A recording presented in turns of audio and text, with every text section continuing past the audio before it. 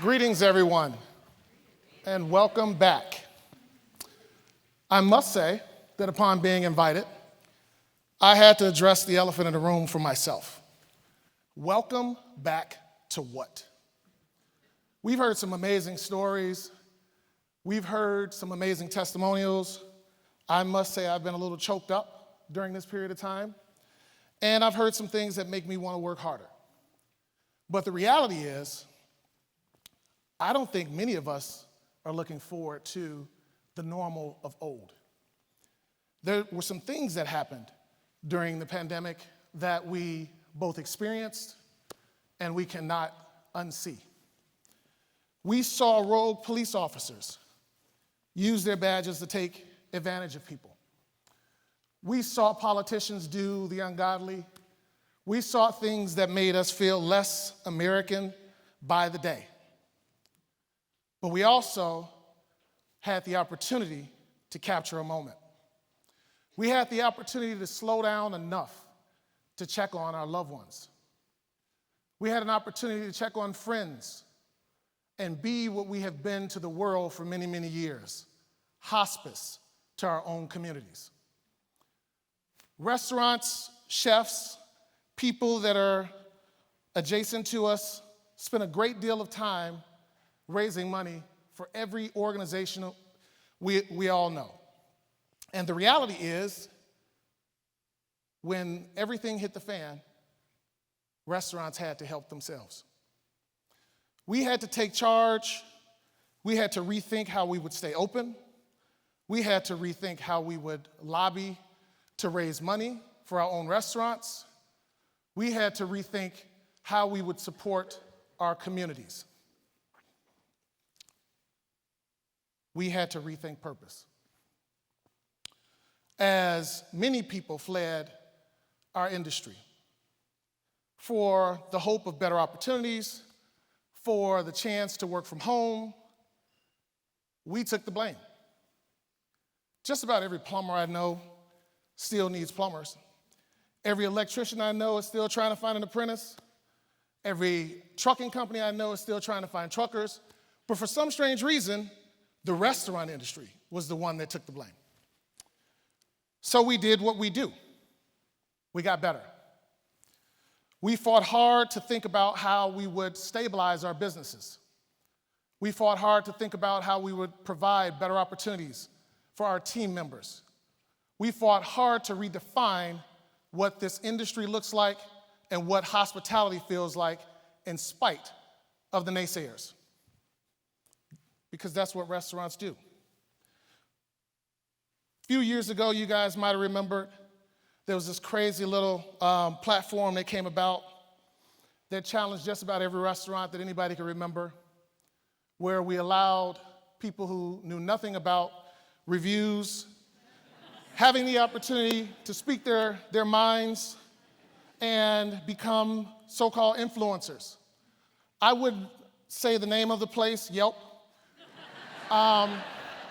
But I think you guys might remember that there was like a thing that happened, and we had to think quickly on our feet and redefine how we were going to position ourselves. We stood up, we came together as a community, and we fought the fight that we always fight. After listening to so many amazing people and being moved by their sheer emotion, their passion, I couldn't help but be compassionate myself. I think I should probably define what compassion means. We all understand that empathy is feeling someone else's pain. But compassion is the moment when you want to mitigate that pain. How do we mitigate the pain of our cities? How do we mitigate the pain of our communities, the pain of our businesses, and the pain that we all experience each day? Well, we could say, let's work 4 days a week, drive for Uber, and live our best lives. That would be awesome. Or we could figure out how to get stoned 4 times a week, twice on Sundays, and see how that works out for us. Or we could take on the challenge and identify this ideal that we don't need better representation. We just need to represent ourselves through our core values much better. We need to come together as a community and think about what's important to us. Community. The idea that we had to sit in this room and hold hands with strangers. God, who does that?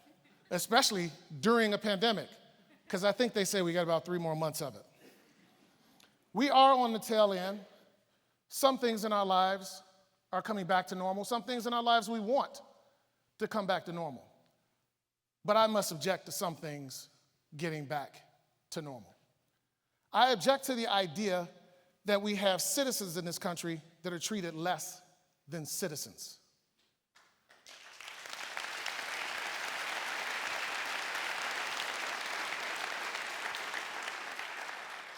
The idea that we have to take time to come together and commit to hear the stories of how 50-year-old women who cook every day go through life unnoticed is unfathomable.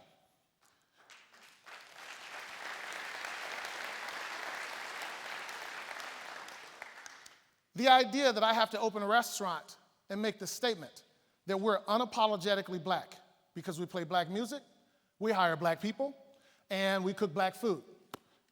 That's a bit much. We shouldn't have to talk about who we are or what we do for people to identify that our culture should be recognized just like everybody else's.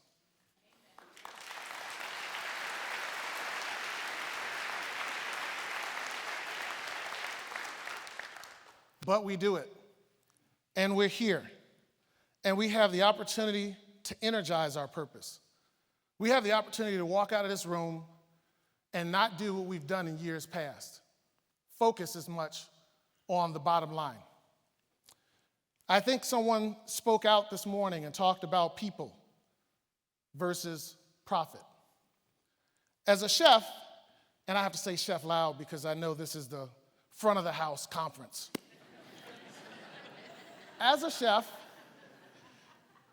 we spend the great majority of our time talking about sustainability.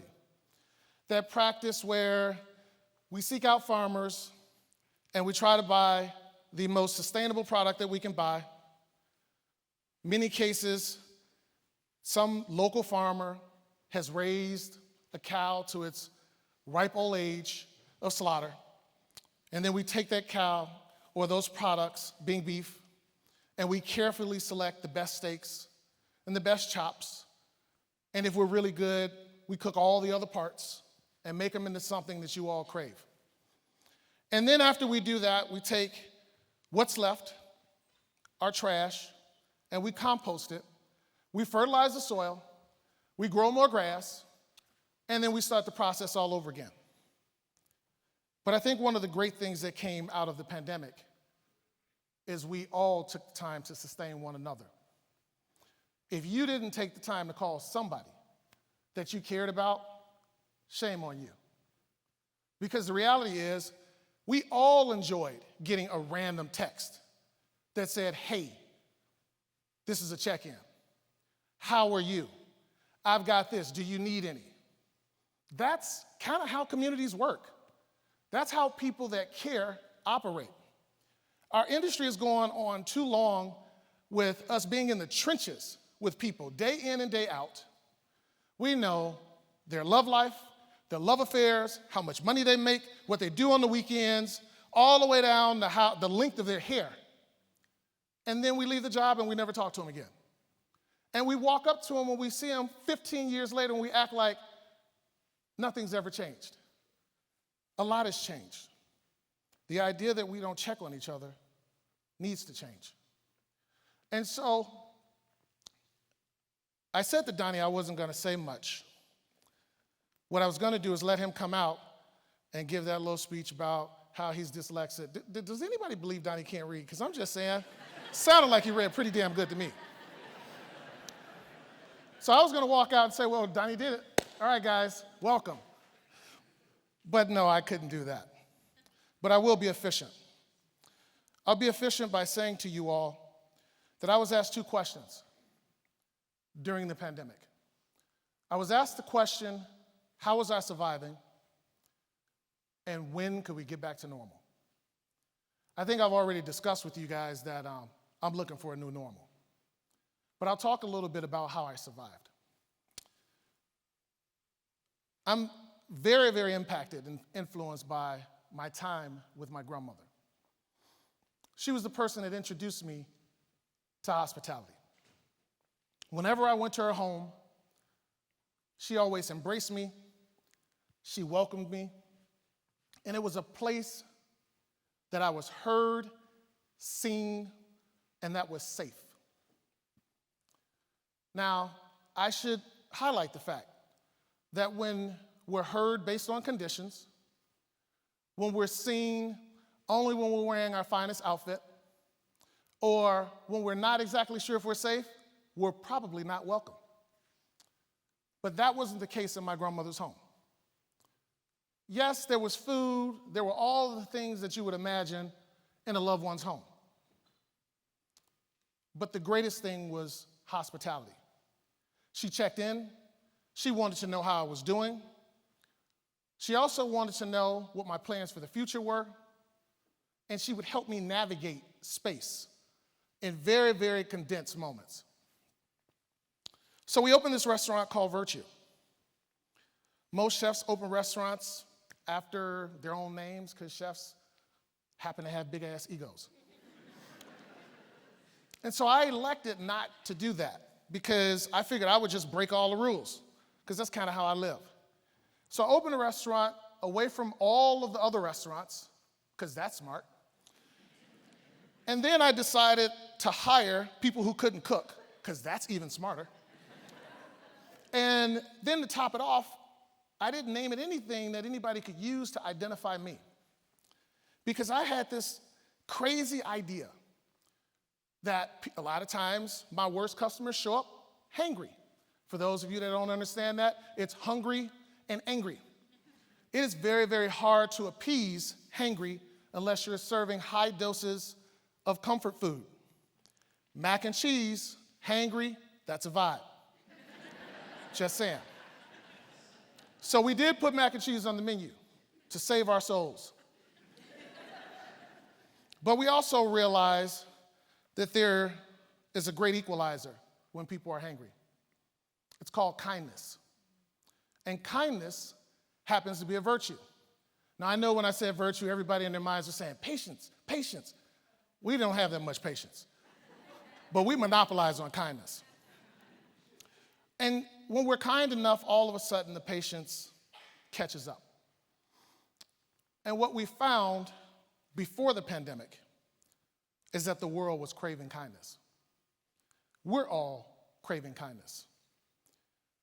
And so I took a group of young black men, many of them who had never been invested in, and a gnarly group of front of the house folks that looked like everybody that's represented in this room. And we put Aretha Franklin in the bathroom and James Brown in the men's bathroom and piped in a little bit of Earth, Wind, and Fire. And for the record, Earth, Wind, and Fire solves all problems with a bottle of wine.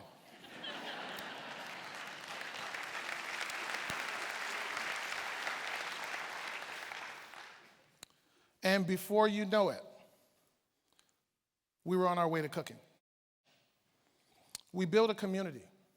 We built a community so strong that when the pandemic hit, there was a group of young ladies that walked up to my front door and knocked because they were locked. And they asked for the owner. My business partner received the envelope because he is owner. And the envelope was filled with money.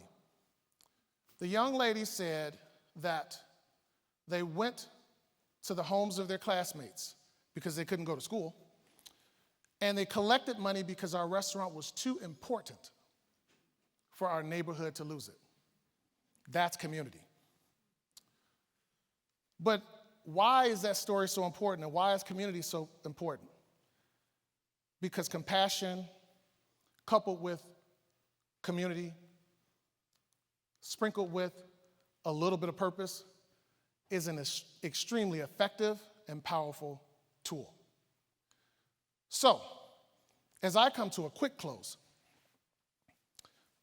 I challenge you all to think about what our fourth quarter is going to feel like this year.